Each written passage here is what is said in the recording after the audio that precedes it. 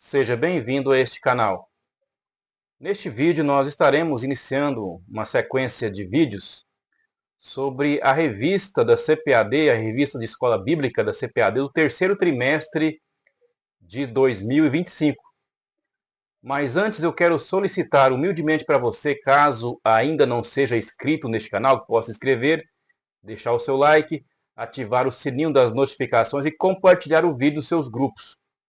Então, a partir deste vídeo nós estaremos comentando esta lição aqui, a revista do terceiro trimestre da editora CPAD de 2025. A minha, por causa dos Correios, do atraso dos Correios, não chegou ainda o meu exemplar, mas a editora disponibiliza a primeira lição, a lição número 1, como uma amostra no site, que eu imprimi, e estarei ministrando, comentando sobre ela neste vídeo. O tema da presente revista do terceiro trimestre de 2025 é o seguinte: a igreja em Jerusalém, doutrina, comunhão, fé, a base para o crescimento da igreja em meio às perseguições. Então, pela temática que é sugerida aqui, será abordado em cima do livro de Atos dos Apóstolos, que é o documento da igreja cristã, que tem os primeiros registros da igreja na história do cristianismo. O comentarista que foi escalado para o estudo desta revista é chamado José Gonçalves. E nessa lição de número 1, nós estaremos comentando sobre a igreja que nasceu no Pentecostes. A igreja que nasceu no Pentecostes ali quando iniciou a igreja no livro de Atos dos Apóstolos, que é esse tema aqui. A igreja que nasceu no Pentecostes. Para este estudo, na leitura bíblica em classe, que é os textos base que o comentarista utilizou para formular o estudo, está lá em Atos dos Apóstolos, capítulo 2, versículos do 1 ao 14. O estudo é formado por introdução. Na primeira parte estaremos comentando sobre a natureza do Pentecostes bíblico. A segunda parte é o propósito do Pentecostes bíblico. A terceira parte, características do Pentecostes bíblico. E a conclusão para finalizar. Vamos aqui entrar na introdução, que diz o seguinte: a igreja nasceu no dia de Pentecostes. Esse evento marcou o início de uma nova era, a era da igreja. O Pentecostes era uma das festas mais importantes dos judeus e acontecia 50 dias depois da Páscoa. Foi nesse dia especial que Deus derramou o Espírito Santo sobre todos os discípulos, batizando-os. O derramamento do Espírito no Pentecostes marca o início da igreja, como uma comunidade de profetas, como foi profetizado por Joel.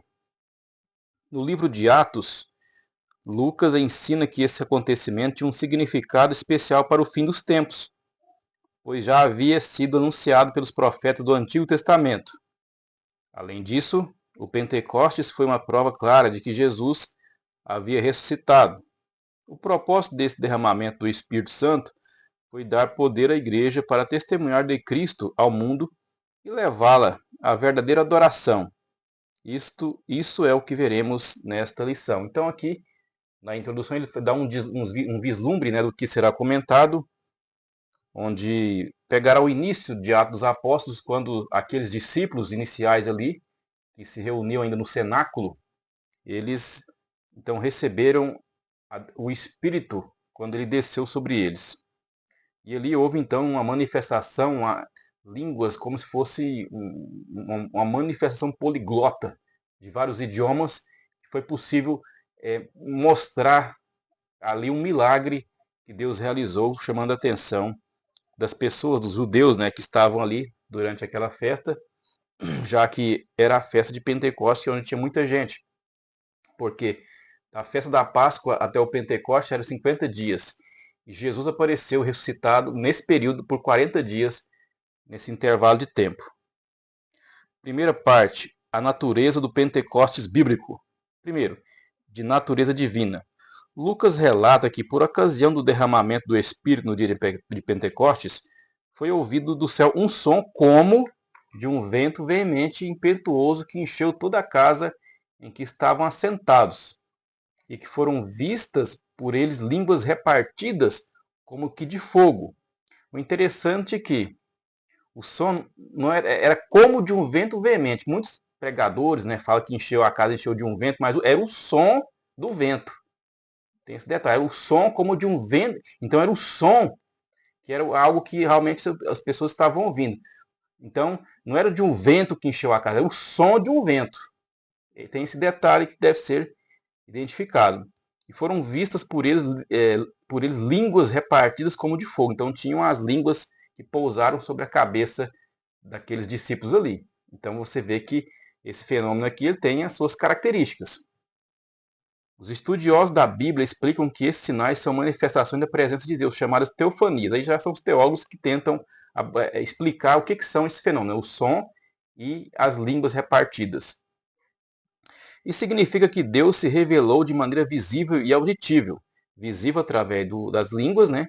E auditivo através do som do vento. Não era o vento, veja bem, repito novamente, não era o vento que encheu a casa, era o som como de um vento.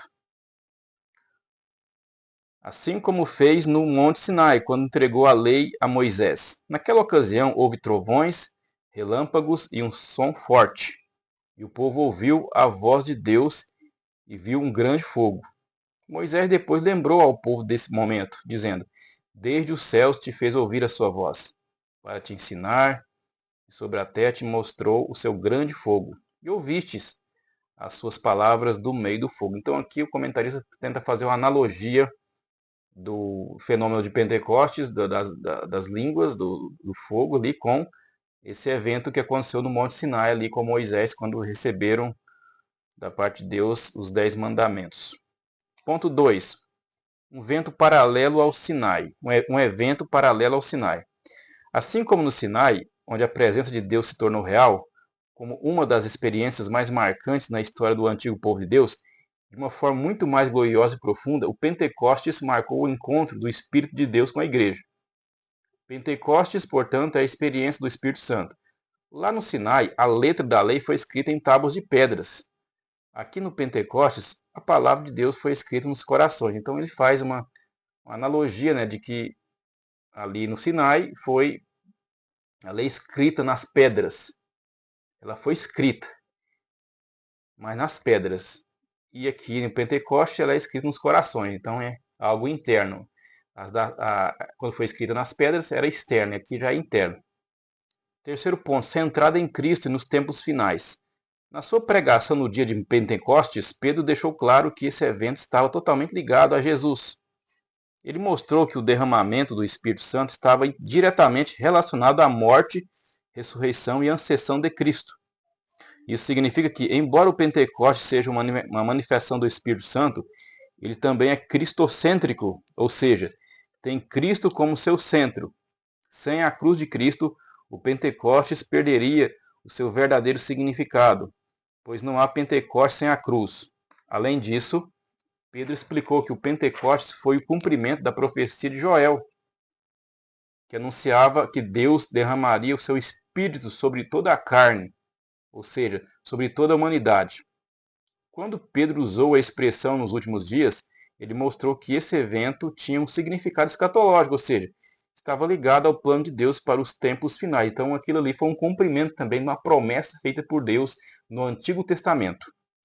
E aqui o autor deixa uma coisa interessante, que ele fala que o Pentecostes, então, ele tem que estar ligado em Cristo, ele tem que ser cristocêntrico, ou seja, ele deve ocorrer quando as pessoas estão com a mente voltada para Cristo, porque existem alguns movimentos chamados pentecostais, neopentecostais, que eles frisam apenas no movimento. Tipo assim, eu vou receber, eu vou pular, eu vou sapatear, mas não está frisado, não está focado em Cristo, mas apenas no ato de movimentar, de gritar, de sapatear.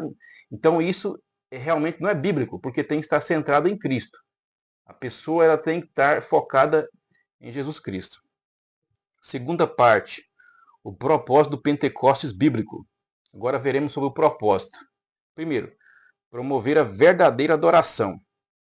As manifestações externas, como o som, o vento, né, mas é o som do vento, e o fogo, as línguas repartidas ocorridas no Pentecostes, prendem nossa atenção. Contudo, não podemos perder de vista o que o Pentecostes produz internamente na vida do crente. Um dos propósitos marcantes do Pentecostes em Jerusalém foi promover a verdadeira adoração. Temos ouvido em nossas próprias línguas falar das grandezas de Deus, ou seja, aquelas pessoas que eram ali, judeus, mas de outros países, que falavam outro idioma, eles ouviram no seu idioma daquele lugar lá, dos seus países originais, que eles moravam, as grandezas de Deus naquele idioma. Logo, o Pentecostes que não adora não é bíblico. De fato, quando os gentios experimentaram o Pentecostes, eles também magnificavam a Deus. Atos 10, 46. Da mesma forma, o apóstolo Paulo diz que um crente pentecostal cheio do Espírito dá bem as graças. O fogo pentecostal promove o verdadeiro louvor. 2.2. Poder para testemunhar. O Pentecostes tem uma dimensão escatológica, pois aconteceu antes de chegar o grande e glorioso dia do Senhor. No entanto, essa realidade dos últimos tempos não significa que a igreja deve ter uma visão escapista, ou seja, desejar fugir do mundo a qualquer custo. O Pentecostes não foi dado para que os crentes se isolassem, mas para que fossem capacitados a testemunhar e viver no mundo até a volta de Cristo. A igreja deve aguardar com esperança, mas também cumprir sua missão até o fim. Para cumprir essa missão, ela necessita de poder para testemunhar. De fato, é isso o que acontece depois do Pentecostes. Então, aqui ele fala que a igreja não deve se isolar, né? Então, isso aqui vai em contra aquela posição dos monges da Idade Média, que eles criavam retiros no deserto, em locais isolados, porque queriam ficar isolados da sociedade, para manter a sua pureza espiritual. Mas aí entra em conflito com isso aqui, porque o objetivo é que as pessoas estejam inseridas na sociedade para poder apresentar o Cristo ressurreto. Este é o objetivo do Pentecostes que foi derramado lá em Atos dos Apóstolos. Não é se retirar para o deserto ou para um mosteiro, como os monges da Idade Média faziam. Terceira parte, características do Pentecostes bíblico. 1. Uma experiência específica. Em Atos dos Apóstolos, o derramamento do Espírito no dia de Pentecostes é mostrado como o batismo no Espírito Santo dos crentes. Naquele dia, o Senhor Jesus batizou quase 120 pessoas no Espírito Santo. Essas pessoas já eram regeneradas, isto é, salvas. Jesus já havia dito que elas já estavam limpas pela palavra e que seus nomes estavam rolados nos céus. Eram, portanto, crentes. Contudo, Jesus as mandou esperar pela experiência pentecostal, isto é, o batismo no Espírito Santo. O Pentecostes bíblico é, por consequente, distinto da salvação. Na verdade, a obra salvífica de Cristo na cruz promoveu a bênção pentecostal. Aqui o comentarista, como ele é um autor do movimento pentecostal, ele vai começar a pegar comentário aqui utilizando o evento de Atos dos Apóstolos para defender o batismo no Espírito Santo ensinado pelas igrejas pentecostais. Aqui ele vai procurar puxar uma farinha para o lado dele aqui, como nós vamos ver aqui na sequência. 2. Uma experiência definida e contínua. Como resultado do enchimento do Espírito Santo, os crentes começaram a falar em outras línguas, conforme o Espírito Santo lhes concedia que falasse. A Escritura é clara em mostrar que a evidência inicial do batismo pentecostal foi os crentes falarem outras línguas. Não há dúvida de que outros resultados e evidências do batismo do Espírito Santo se seguem. Contudo, foi o falar em línguas, não sentir uma grande alegria ou mesmo um amor afetuoso demonstrado por eles, que deixou os crentes judeus convencidos de que os gentios haviam recebido o batismo no Espírito Santo. Então aqui, como o movimento pentecostal, mais especificamente a Assembleia de Deus, crê que a única evidência inicial que prova que uma pessoa é batizada no Espírito Santo é a língua, é falar em outras línguas, então o comentarista vai defender aqui que na Bíblia está provado isso, que a língua é a única evidência inicial que a pessoa realmente é batizada no Espírito Santo, usando o evento de Atos dos Apóstolos como uma forma de batismo no Espírito Santo. Bem que ali em Atos dos Apóstolos, nessa parte inicial do Pentecostes, não usa essa palavra batismo no Espírito Santo, fala que eles foram cheios do Espírito Santo.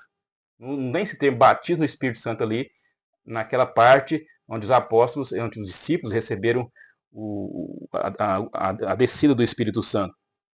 Então aqui ele vai defender que o falar em línguas é a única evidência inicial que prova. Mas se a gente olhar para a Escritura, os outros casos que ocorreu, você vai ver que outros fenômenos aconteceram. Por exemplo, no próprio episódio aqui dos gentios que receberam o Espírito Santo, falam que eles falavam em línguas e magnificavam a Deus. Ou seja, os judeus que estavam ali da circuncisão, eles, com certeza, algumas línguas eles não entenderam, mas eles ouviram, alguns ali que receberam dos gentios, magnificar a Deus nas línguas que os judeus entendiam. Então existe essa questão também.